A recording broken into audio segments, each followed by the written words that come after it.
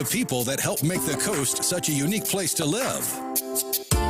This is Coast Vue with Ricky Matthews on SuperTalk Mississippi Gulf Coast 103.1. Welcome back to Coast Vue. We have Ashley Edwards with us today, the CEO of the Gulf Coast Business Council, a regular on the show. And actually, one of the things that people ask me, like, what is the most important reason why you decided to do Coast Vue? I mean, I'd been retired for 4 years.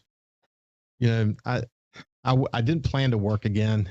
But yeah, I don't even see this as work, actually. I see this as a way to stay connected. But they asked me, what is it you hope to get from it? Well, there are a couple of things. One is sharing leadership lessons, which is part of what we're doing today. The other was to create literally a digital history book. And you know, if you go back and look at some of these early conversations with these leaders that I refer to as stalwart leaders, you know, some of them, you know, before they pass on and leave the mantle for us, I want to sit down with them and I want to go through the history and begin to really kind of break down what it is that drove them. Why were they so doggedly determined to push forward in a way that strengthens the leadership of coastal Mississippi and to create this incredible digital history book? And now I'm starting to draw from that, just like this quote from Chevis Sweatman that we just pulled. It's great to have these guys to be able to connect with. And in some respects, you know, I became the publisher I was in the community. I was involved in the community the way that I was because of the way Roland mentored me. But that's important, isn't it, man? It's super important. You know, the great honor of my life has been the opportunity to be mentored by so many of these great leaders on the coast. And you know, this leadership development issue is very important, Ricky, and you're one of the few that really talks a lot about it. And it's important because, you know, we all well remember the days when the George Slogels and Leo Seals and Anthony Topazzis, Jerry St. Pay, folks like that, Roland Weeks, you know, were the unquestioned leaders and really pushing the coast forward. And they sort of gave way to the next generation. And you look at that next generation of leaders, the John Harristons and the Anthony Wilsons of the world, you know, they're 10 years away from retirement.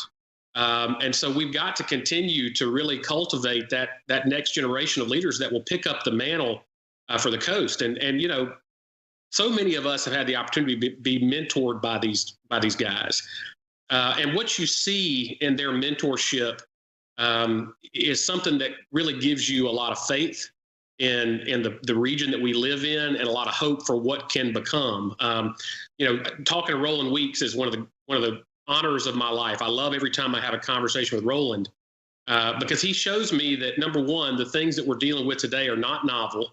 And he actually sometimes can give me some perspective on how far we've actually come in 50 years, because he remembers a day when we didn't have nearly the success that we have now. So, you know, perspective is important. We're always trying to figure out a way to get better. We're always trying to figure out a way to do more. But we've also accomplished a lot here on the coast, and we have a lot to be proud of.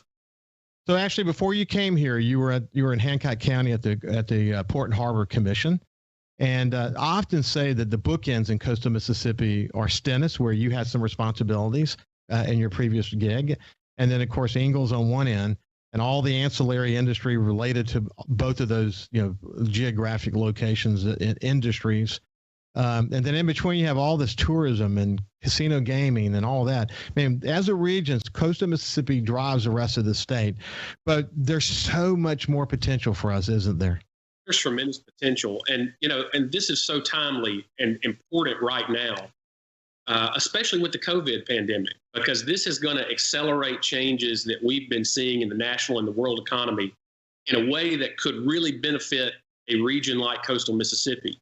We're going to, you know, we have seen over the past 20 years this tremendous in-migration back to metro areas. Yeah, Metro Atlanta, Metro Nashville, New York City. I mean, all of these places have seen tremendous in-migration back into these high-density city centers.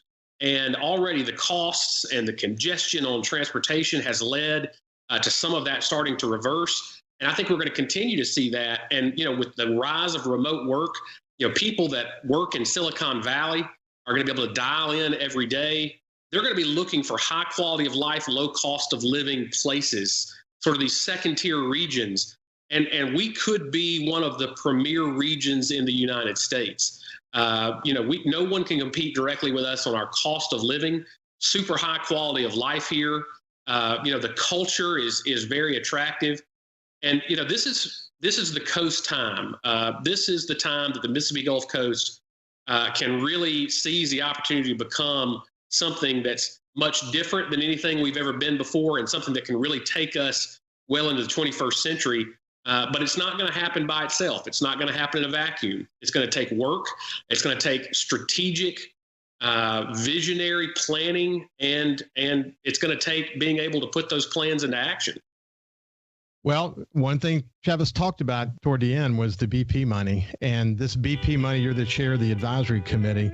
This BP money gives us the opportunity to really be transformative. In the last minute, just give you a real pitch about why that's important. Oh, it does. And as you said, I mean, all told, the BP combined with other sources, we're looking at about $2 billion to be spent over the next 15 years. There are areas that are 5 times our size that would love to have that kind of capital that's going to be invested. And we've got one shot at it. We're either going to invest it wisely or we're going to invest it poorly. And that's really the focus of everything we're doing right now, is trying to invest that money wisely. In a way that pays back, not one-time expenses, but in a way that invests in the community and creates jobs and opportunity and helps us be transformative. We're going to continue to talk more about the BP money as we go forward, but that's all we have for today. It's been great looking back and talking about regional leadership. Thank you for joining me, Ashley. Thank you, Ricky. Always a pleasure. Have a great day. We'll see you tomorrow.